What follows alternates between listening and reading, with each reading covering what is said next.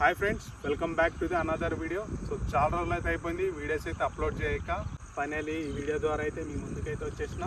First of all thank you so much ఎవరైనా ఈ video చూస్తుంటే. సో ఈ వీడియో వచ్చేసి ఎవరైనా ఓలా S1 Pro లేకపోతే ఓలా కంపెనీ స్కూటీ ఎవరైనా కొనాలని చూస్తుంటే వాళ్ళకి ఒక చిన్న హెల్ప్ అవుతుంది అనమాట ఈ వీడియో ద్వారా. యాక్చువల్లీ స్కూటీ కొనేసి 1 year అయితే అయిపోతుంది. ఓలా S1 Pro Gen 2 అనమాట. సో 1 year ఎక్స్పీరియన్స్ మీతో అయితే షేర్ చేస్తున్నా. దాన్ని బట్టి మీకు ఒక క్లారిటీ అయితే వస్తుంది ఎవరైనా కొనాలనుకుంటుంటే. సో నాకు 1 yearలో ఏమేమైతే ఫేస్ చేస్తున్నానో ఇప్పటివరకు అయితే ఎంత అయితే ఖర్చు అయిందో ఈ వీడియో ద్వారా అయితే మీతో షేర్ చేసుకుంటున్నా. లాస్ట్ వరకు అయితే స్కిప్ చేయకుండా అయితే చూడండి. దాన్ని బట్టి ఎవరైనా కొనాలనుకుంటుంటే మీకైతే హెల్ప్ అవుతుంది. కంప్లీట్ డీటెయిల్గా అయితే మాట్లాడుకుందాం వాతావరణం చేసుకుంటూ. సో చూస్తున్నారు కదా, ఓలా S1 Pro Gen 2 అనమాట. కొనేసి 1 year అయితే అయిపోతుంది. సో నేను కొనే ముందు అయితే షోరూంలో ఇదే టాప్ ఎండ్ అనమాట. సో ఫస్ట్ ఈ వీడియో స్టార్ట్ చేయకముందు అయితే ఈ యొక్క స్పీడోమీటర్ అయితే చెక్ చేయండి. సో ఇప్పటి వరకు అయితే టోటల్ 34,597 కిలోమీటర్స్ అయితే తిరిగింది. సో ఈ స్కూటర్ కొన్న డేట్ వచ్చేసి లాస్ట్ ఇయర్ 2025 January 29 అనమాట. అండ్ ఈ రోజుకి ఆల్మోస్ట్ 1 year 10 days అయితే అయిపోతుంది ఈ వీడియో షూట్ చేయకముందు. సో ఈ వెహికల్ కొనే ముందు అయితే టోటల్ నేను 3 ఆప్షన్స్ అయితే పెట్టుకున్నాను అనమాట. ఫస్ట్ వచ్చేసి రివర్ ఇండీడ్, అండ్ నెక్స్ట్ వచ్చేసి ఎథర్ వాళ్ళది రిస్తా, అండ్ నెక్స్ట్ లాస్ట్ వచ్చేసి TVS iQube. So first of all ఇన్ని వెహికల్స్లో ఓలానే ఎందుకు చూస్ చేసుకున్నా అంటే నాకున్న మెయిన్ ప్రియారిటీస్ వచ్చేసి మ్యాచింగ్ అయితే అవుతుండే అనమాట. సో నాకున్న ప్రియారిటీస్ వచ్చేసి ఫస్ట్ థింగ్ వచ్చేసి రేంజ్ అనమాట. వీలైతే నాకు 195 IDC రేంజ్ అయితే క్లెయిమ్ చేస్తారు అనమాట. నెక్స్ట్ వచ్చేసి ఛార్జింగ్ అనమాట. వీలే ఆఫర్ చేస్తున్నారు ఓలా హైపర్ స్టేషన్ అనేసి. ఇది వచ్చేసి ఫాస్ట్ ఛార్జింగ్ అనమాట. అండ్ 0 to 100 వచ్చేసి అరౌండ్ 1 hourలోనే అయిపోతుంది అన్నారు. అండ్ నార్మల్ ఛార్జింగ్తో పెడితే అరౌండ్ 6 hours అయితే తీసుకుంటుంది ఫుల్ ఛార్జ్ చేయడానికి అయితే అన్నారు. హైపర్ ఛార్జింగ్ స్టేషన్లో అయితే ఫ్రీ ఆఫ్ కాస్ట్ అన్నారు. అంటే ఛార్జెస్ ఏం పడవు అన్నారు స్టార్టింగ్లో అయితే నాకు. సో ఈ ఛార్జింగ్ స్టేషన్ వచ్చేసి భారత్ పెట్రోలియం బంక్లో అయితే ఉంటుంది అని చెప్పారు. నెక్స్ట్ థింగ్ వచ్చేసి స్పెసిఫికేషన్ అండ్ ఫీచర్స్ అనమాట. సో 3 వెహికల్స్తో కంపేర్ చేస్తే నాకు దీంట్లో అయితే బెటర్ అయితే అనిపించింది. లాస్ట్ థింగ్ వచ్చేసరికి బడ్జెట్ అనమాట. ఇది వచ్చేసరికి నాకు ఆన్ రోడ్ 1,50,000 అయితే పడింది. అండ్ విత్ ఈఎంఐతో కలిపితే 1,70,000 అయితే అయింది. సో నాకు 1,70,000లో అయితే నాకు ఈ వెహికల్ అయితే వచ్చేసింది అనమాట. లైక్ వేరే దానికి కంపేర్ చేస్తే నాకు అరౌండ్ 2 lakh ప్లస్ అయితే అయ్యేది అనమాట విత్ ఈఎంఐతో కలిపి. సో అది కూడా నాకు అయ్యండి వచ్చేది కాదు. మిడ్ వేరియంట్ లేకపోతే బేస్ వేరియంట్ అయితే వచ్చేది అప్పటికి నాకు. సో యాక్చువల్లీ ఇవే అనమాట నా మెయిన్ రీజన్స్ ఈ వెహికల్ కొనేటప్పుడు. అండ్ నా పర్పస్కి కూడా ఫుల్ఫిల్ అవుతుంది అనేసి తీసుకున్నాను అనమాట. అండ్ నా పర్పస్ వచ్చేసి డెలివరీ కోసం అయితే తీసుకున్నాను అనమాట ఈ vehicle. So already bad impression అయితే ఉండే అనమాట మార్కెట్లో ఓలా కంపెనీకి అయితే. నేనైతే ఇంకా డేర్ చేసి అయితే తీసేసుకున్నాను అనమాట. సో నా సిచ్యువేషన్ అట్లా ఉండే అండ్ డిమాండ్స్ కూడా దీనికి ఫుల్ఫిల్ అవుతుంది అనేసి తీసుకున్నాను అనమాట. అండ్ ఫస్ట్ ఆఫ్ ఆల్ ఈ వీడియోలో నేను స్టార్టింగ్ వచ్చేసరికి ఈ వెహికల్ ఇప్పటివరకు అయితే డైలీ ఎలా యూజ్ చేస్తానో దాని గురించి అయితే చెప్తా. అండ్ నెక్స్ట్ వచ్చేసరికి ఇప్పటివరకు ఏమేమి ప్రాబ్లం అయితే ఫేస్ చేస్తానో దాని గురించి అయితే చెప్తా. అండ్ నెక్స్ట్ వచ్చేసరికి ఇప్పటివరకు ఎంతెంత అయితే ఇన్వెస్ట్ చేస్తానో లైక్ ఏమేమి అయితే ఖర్చు అయిందో దాని గురించి అయితే చెప్తా. అండ్ లాస్ట్ వచ్చేసరికి ప్రోస్ అండ్ కాన్స్ గురించి అయితే మాట్లాడతా. సో ఫస్ట్ ఈ వెహికల్ వచ్చేసి నేను డైలీ 100+ అయితే తిరుగుతా అనమాట. 2 times అయితే ఛార్జింగ్ పెడతా. వర్క్ పర్పస్ అయితే వాడతా అనమాట డైలీ నేను. సో ఈ 1 yearలో నేను కంప్లీట్ 100% అయితే వాడినా అనమాట. 10% వచ్చేసరికి నా పర్సనల్ యూజ్కి అయితే వాడింటా. అండ్ 20% వచ్చేసరికి ఊబర్ ట్యాక్సీ అయితే చేసిన. ఇంకా మిగతా 70% వచ్చేసి జొమాటోకి అయితే వాడింటాను. సో పీక్ సమ్మర్ టైంలో కూడా నేను 2 times అయితే ఛార్జింగ్ అయితే చేసి ఉంటాను. అండ్ కంప్లీట్ రైనీ సీజన్లో కూడా అట్లనే డెలివరీ అయితే చేసినాను. చేసిన రోజులు కూడా ఉన్నాయి, వీడియోస్ కూడా అప్లోడ్ చేశాను. ఒకరోజు అయితే రైనీ సీజన్లో నాకు ఒక ఏరియాలో కంప్లీట్ వాటర్ అయితే ఫుల్ ఫామ్ అయింది అనమాట. నేనైతే ఈజీగా వెళ్ళిపోతుంది అనుకున్నా. ఒకసారి దింపినా అనమాట కిందకి.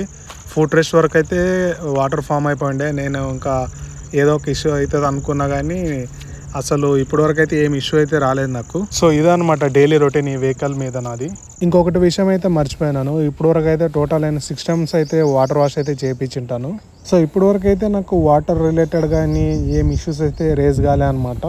సో ఒక్కసారి అయితే స్టార్టింగ్ అప్పుడు అయితే అయింది. లైక్ అప్పుడే వెంటనే కడిగిన వెంటనే అయితే నేను పవర్ ఆన్ అయితే చేశాను అనమాట. అప్పుడు ఏమైందంటే సడన్గా బ్యాటరీ పర్సంటేజ్ అయితే తగ్గిందనమాట. సో ఇప్పుడు ఇంకా ఇష్యూస్ గురించి అయితే మాట్లాడుకుందాం. సో ఫస్ట్ ఇష్యూ వచ్చేసరికి ఓవరాల్ బిల్డ్ క్వాలిటీ అనమాట. అంతేం బాగోదు ఈ ఓలా స్కూటర్స్లో. సో ఇంకొకటి మెయిన్ ఇష్యూ వచ్చేసరికి ఇది స్టార్టింగ్ నుంచి ఇప్పుడు వరకు కూడా ప్రాబ్లం అయితే ఫేస్ చేస్తున్నా. అది వచ్చేసరికి డిస్ప్లే ఫ్రీజ్ అయిపోతుంది అనమాట. వీక్లీ నాకు ఒక 2 times అయితే నాకు అలా ఫ్రీజ్ అయిపోతుంది. అలా అయినప్పుడు నేను రీస్టార్ట్ చేసుకోవాల్సి వస్తుంది, మళ్ళీ నార్మల్కి అయితే వచ్చేస్తుంది అనమాట. సో ఇంకో ఇష్యూ వచ్చేసరికి మోటార్ దగ్గర నుంచి అయితే అబ్నార్మల్ సౌండ్ అయితే వస్తుంటుంది. ఇది వచ్చేసరికి నాకు 12,000 కిలోమీటర్స్ తిరిగిన తర్వాత నుంచి అయితే ఇష్యూస్ అయితే స్టార్ట్ అయింది. అండ్ కొంచెంసేపు తర్వాత మళ్ళీ నార్మల్కి అయితే వచ్చేస్తుంది. సో ఇవే అనమాట మెయిన్ ఇష్యూస్ అయితే రేజ్ అయినాయి ఈ 1 ఇయర్లో. తెలియదు ఇంకా ఫ్యూచర్లో ఎన్ని వస్తాయో. అండ్ నెక్స్ట్ వచ్చేసరికి ఇప్పటివరకు ఎంత ఖర్చు అయిందో దాని గురించి అయితే మాట్లాడుకుందాం. సో ఫస్ట్ వచ్చేసరికి నేను టోటల్ ఇప్పటివరకు అయితే 3 బ్యాచ్ అయితే చేంజ్ చేయించింట బ్రేక్ ప్యాడ్స్. అంటే ఒక బ్యాచ్కి ఫ్రంట్ బ్యాక్ అయితే చేంజ్ చేపిస్తా. అండ్ నెక్స్ట్ వచ్చేసరికి బెల్ట్ అనమాట, అది వచ్చేసరికి నాకు 20,000 కిలోమీటర్స్కి ఎప్పుడో కట్ అయి ఉంటుంది. అండ్ నెక్స్ట్ వచ్చేసరికి సెంటర్ స్టాండ్ అయితే వేయించిన, అండ్ అది తీపిచేసిన ప్రజెంట్ ఇప్పుడైతే నేను. సో ఇంకొకటి వచ్చేసరికి రేర్ వీల్ది డిస్క్ ప్లేట్ అనమాట, అది వచ్చేసరికి నా నెగ్లిజెన్సీ వల్ల అయితే చేంజ్ చేయాల్సి వచ్చింది.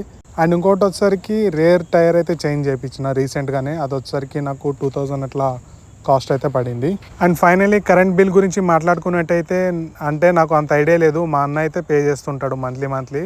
సో నేను అనుకున్న ఒక 350 నుంచి 450 అయితే అప్రాక్స్ రావచ్చని అనుకుంటున్నా. సో ఫైనలీ అమౌంట్ గురించి మాట్లాడుకున్నట్టయితే నాకు తెలిసి ఈ 1 ఇయర్లో వితౌట్ కరెంట్ బిల్ అయితే చెప్తున్నా లైక్ 9,000 నుంచి 10,000 మధ్యలో అయితే అయింటుంది నాకు తెలిసి, ఎందుకంటే నేనే సర్వీస్ చేయించేవాడిని. సో ఇదనమాట 1 ఇయర్లో నాకు ఖర్చు వచ్చినది. అండ్ ఇంకోటి వచ్చేసరికి డిపెండ్ అనమాట వెహికల్ టు వెహికల్ ఎలా వాడతారో. వేరే వెహికల్కి తక్కువ అయిండొచ్చు, ఇంకా ఎక్కువ కూడా అయిండొచ్చు, డిపెండ్ అనమాట. నేను వచ్చేసరికి వర్క్ పర్పస్ వాడేవాడిని కదా, కొంచెం రఫ్ అండ్ టఫ్ వాడేవాడిని. సో ఇదనమాట ఈ 1 ఇయర్లో నాకు ఖర్చు అయితే వచ్చింది.